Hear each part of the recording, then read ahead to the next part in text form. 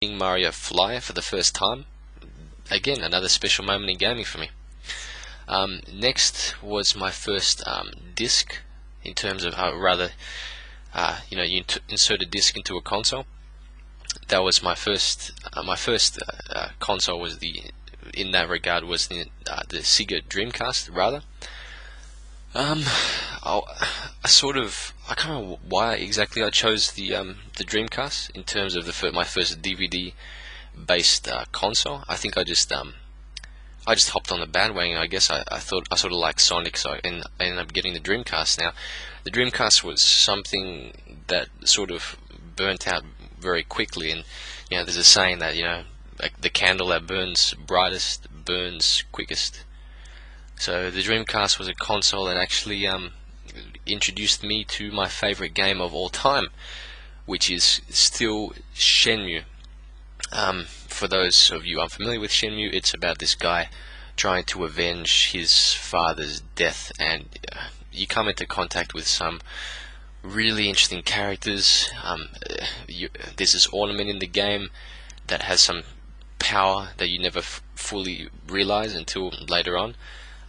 You get to go to Hong Kong in Shenmue 2, but I don't like to say that Shenmue 2 is part of Shenmue 1, because that's like saying that my favorite movie of all time is the Star Wars trilogy. I think that you shouldn't really group these things together. But nevertheless, it's unfortunate that Shenmue 2 was the end of the series so far, and that I can't remember the name of A2, Sega A2.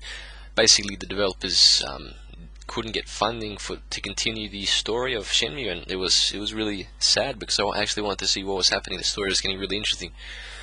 My second favorite game of all time is The Legend of Zelda: Ocarina of Time.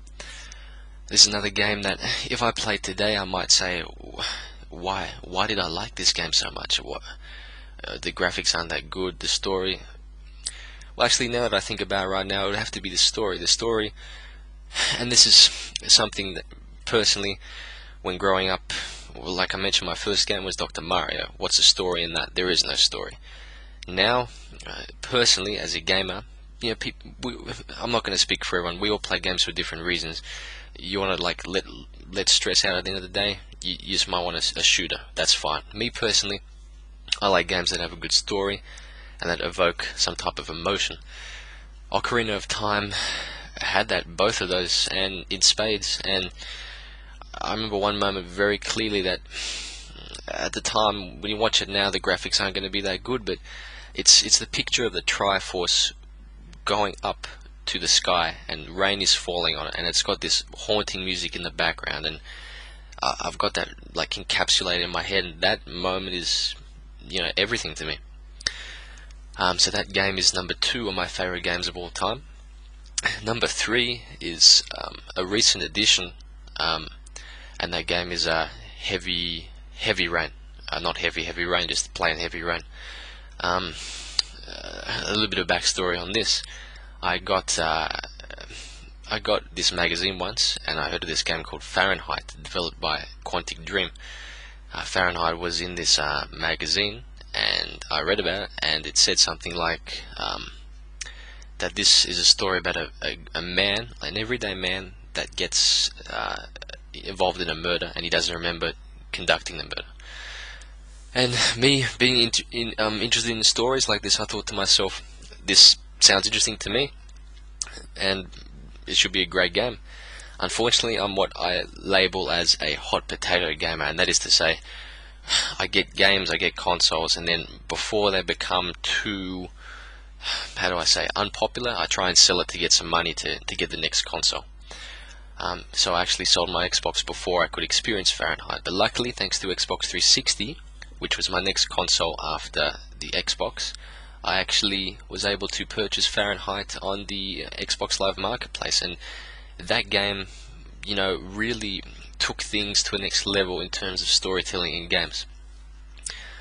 And Fahrenheit is definitely in my top 10 favorite games of all time. And while we're talking about top 10, Uncharted 2 is definitely in the top 10 as well. The voice acting is incredible, and it's the best I've ever heard in any game. and the story as well is unbelievable. Heavy Rain, well, to talk about it would do it injustice, but suffice to say, it is the most close you'll ever come to being in a movie. You guys just got to play it. It's the first game I actually bought a console for, solely for. That's why I bought a PlayStation 3. So I recommend everyone check it out. So I sort of hinted that I've got an Xbox 360 and a PS3, and recently picked up Alan Wake. I heard that it was Xbox 360's answer to Heavy Rain, but ultimately at heart it's just a survival horror thriller. But still, if any game's blurb says that this is cinematic or has a good story, I'm going to check it out. There's too many games out there to play, so we've all got to choose the games that we really want to play. And like I said, we all play games for different reasons. I play games to get a good story. I feel that if I'm doing something in a game, I want to know why I'm doing it. I want to have some strong narrative driving it. For other gamers, that may not be that important, and that's fine.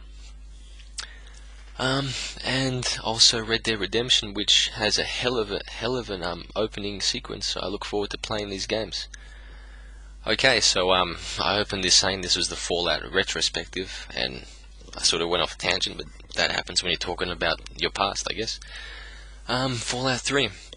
Well, just a bit of background on on Fallout in general, and that background is I have no background in Fallout, so I'm not going to sit back and say when I played Fallout 1 and when I played Fallout 2, because my first Fallout experience was Fallout 3.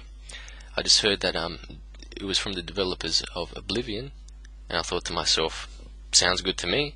And I did a tiny bit of research on Fallout 1, Fallout 2, just to see if I get any backstory, but I heard that it's not really important, that Fallout 3 is sort of self-contained, although of course you would have references to those hardcore fans that did play the early ones in the series.